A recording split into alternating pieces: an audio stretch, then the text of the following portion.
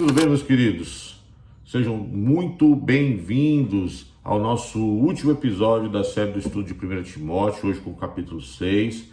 Foi uma árdua jornada que nos trouxe até aqui, mas que você seja abençoado, você que esteve comigo desde o primeiro episódio, né? E você que vai estar também, se você está vendo isso posteriormente, que Deus lhe abençoe.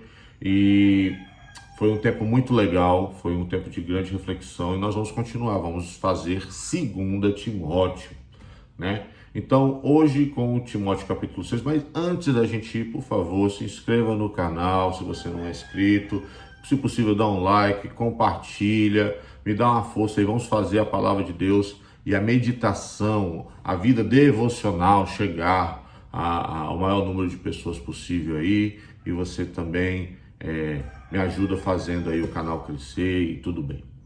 Amém, queridos? Então vamos lá? 1 Timóteo 6, versículo 1 e 2, tem o subtópico dos senhores e dos servos, né?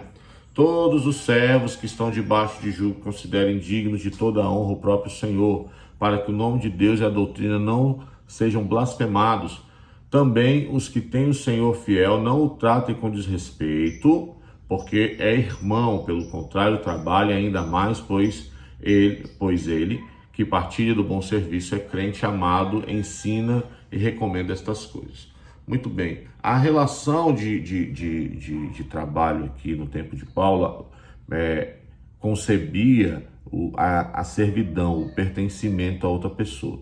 Mas diferente da escravidão praticada aqui nas Américas, né, no mundo ocidental, não era uma escravidão racial, tinha a ver com espólios de guerra, ou seja, os povos vencidos, dominados, se tornavam então propriedade do vencedor, e principalmente questões de dívidas, pessoas vendiam-se, elas e suas famílias, para pagamento de dívidas com os seus credores.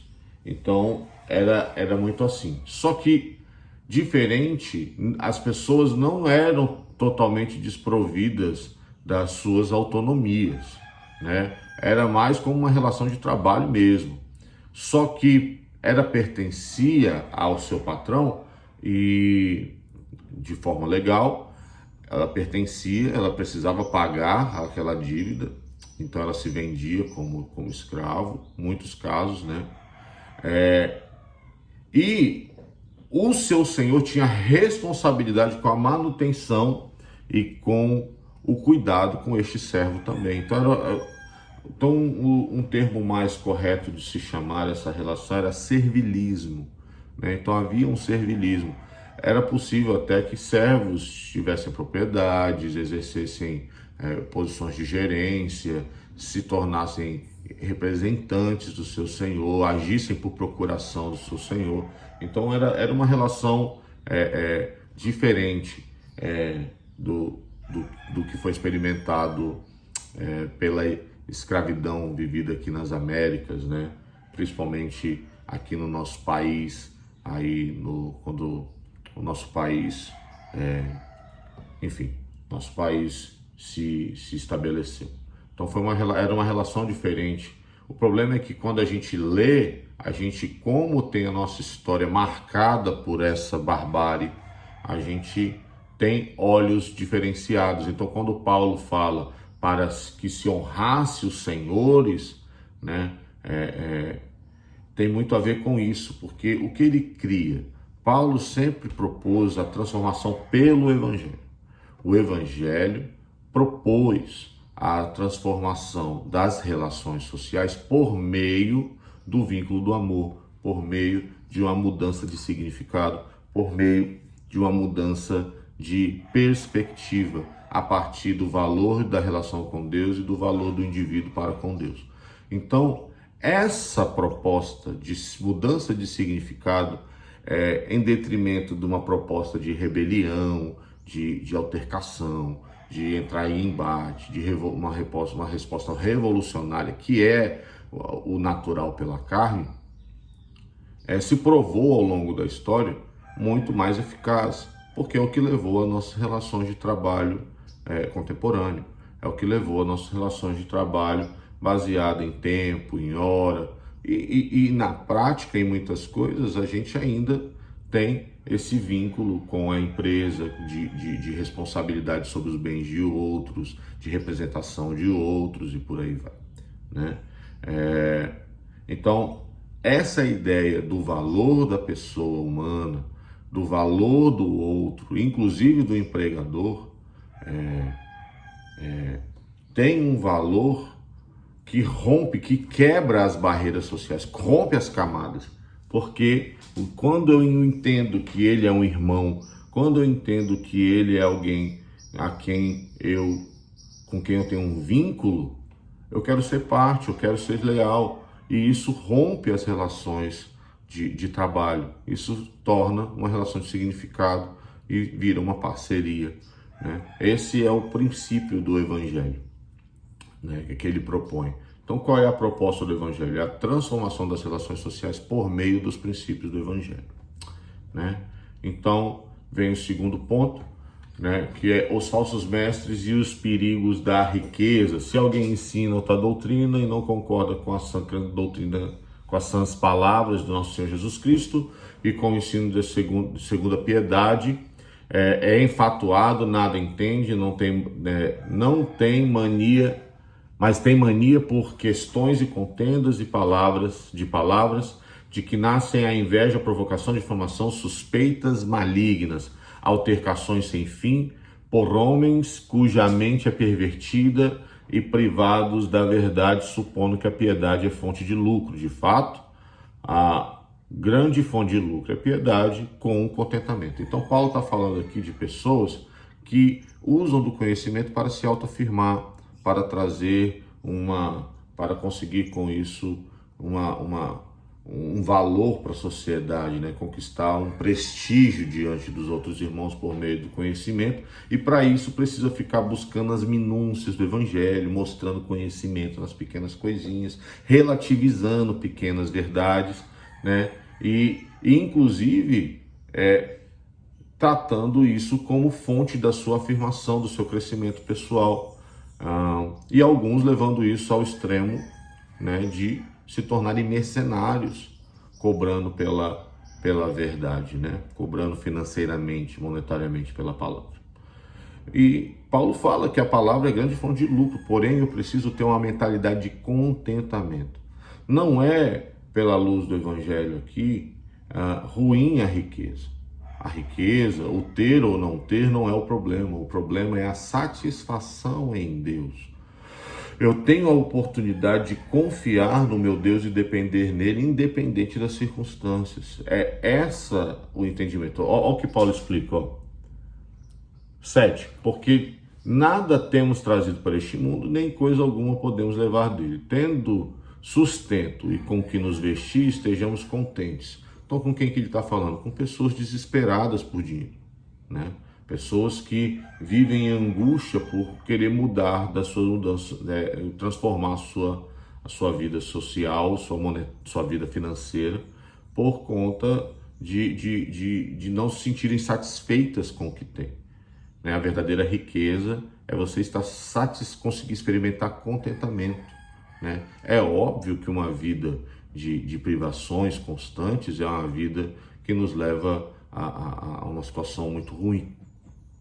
Só que o desespero por mais e mais e mais também nos leva a uma situação ruim, né? Ele vai falar agora com os ricos no 9.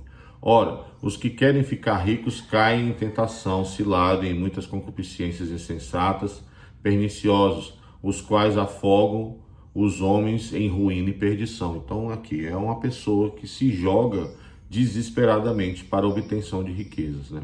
Porque o amor do dinheiro é a raiz de todos os males, e alguns nessa cobiça se desviaram da fé, a si mesmos se atormentaram com muitas dores. Então, na gana, no desespero para conquistar mais finanças, as pessoas se perdem e se vendem, né? Ó o que ele fala. Agora vem um terceiro tópico, que é um apelo de Paulo a Timóteo. Tu, porém, ó homem de Deus, foge destas coisas, antes segue a justiça, a piedade, a fé, o amor, a constância e a mansidão. Combate o bom combate da fé, toma posse da vida eterna para a qual foste chamado, e de que fizeste uma boa confissão perante muitas testemunhas. Exorto-te perante Deus que preserve a vida de todas as coisas, e perante Cristo Jesus, que diante de Pôncio Pilatos fez boa confissão, que guardes o mandamento imaculado e irrepreensível até a manifestação do nosso Senhor Jesus Cristo, o qual em suas épocas determinadas há de ser revelada pelo bendito e único soberano, o Rei dos reis, o Senhor dos senhores, o único que possui imortalidade, que habita em luz inacessível, a quem algum homem viu, nem é capaz de ver, e a ele a honra e poder eterno para sempre. Então ele está ensinando a Timóteo a depender do Senhor, a construir no eterno, a ser a pessoa. Hoje os capotes do vizinho aí tá forte. Ó. O único que possui imortalidade e luz acessível. Então olhar para Cristo, depender de Cristo. Como é que a gente vive nessa terra? A gente vive com a cabeça na eternidade. Os nossos pés estão na terra, mas nossa cabeça precisa estar na eternidade, né? Exorta aos ricos do presente século. Aqui, ó, como Paulo não tem problema com a riqueza. Exorta aos ricos do presente século que não sejam orgulhosos, nem depositem sua esperança na instabilidade da riqueza, mas em Deus, que tudo nos proporciona ricamente para o nosso apraziguamento. Então Deus é a fonte, né, de tudo, da riqueza, do trabalho. Então é problema eu alcançar sucesso? É problema eu trabalhar e melhorando de vida? Não. O problema é o desespero. O problema é o meu valor estar vinculado ao dinheiro, né? Inclusive, quando eu tenho a oportunidade de ter mais finanças na mão, eu posso ser relevante na vida das pessoas também. Eu posso, além de melhorar a minha vida, ajudar a melhorar a vida de muitos. Então, o problema não é a riqueza. O problema é o meu coração. O problema é eu me perder, né? Aí está. Então você volta lá e vê Paulo falando que o amor ao dinheiro é a raiz de todos os males, né? Porque os homens se desviam, perdem o foco. O foco da riqueza é a fonte da riqueza, que é o Senhor. Olha aí que interessante. Ele é o dono do ouro e da prata. E tu, ó Timóteo, é o último tópico, que é o conselho final e a bênção apostólica. E tu, ó Timóteo, guarda o que te foi confiado, evitando os falatórios inúteis, profanos e as contradições do saber, como falsamente lhe chamam. Pois alguns, professando-o, se desviaram da fé. A graça seja convosco. Então, o que faz um homem de Deus se perder? Então, Paulo está ensinando um jovem pastor como se manter firme na fé, né? O que desvia um homem de Deus? O que desvia é perder o foco. Não perca o foco. Não esqueça do teu chamado, não esqueça da tua eternidade, não esqueça do teu propósito eterno. O que faz um homem de Deus se perder é correr atrás de riquezas. Quantos a gente já não viu na nossa época e antes, que se perderam para as riquezas? Quantos não se perderam na sabedoria, se achando sábios, se tornam loucos? Nós temos exemplos aí marcantes da nossa cultura brasileira de homens de Deus que eram extremamente sábios e foram se tornando cada vez mais loucos. E hoje são pessoas que falam coisas diferentes do Evangelho, né? Que não gera quebrantamento, que não gera unidade, que não serve as pessoas, que não cura as pessoas, né? Que são verdades que querem convencer, que querem dominar, que querem demonstrar um conhecimento pelo conhecimento, e os conhecimentos pelo conhecimento não tem valor algum. O conhecimento só tem sentido quando nos leva à verdadeira sabedoria, e a verdadeira sabedoria é amar a Deus, né? Então é isso, queridos, não se percam.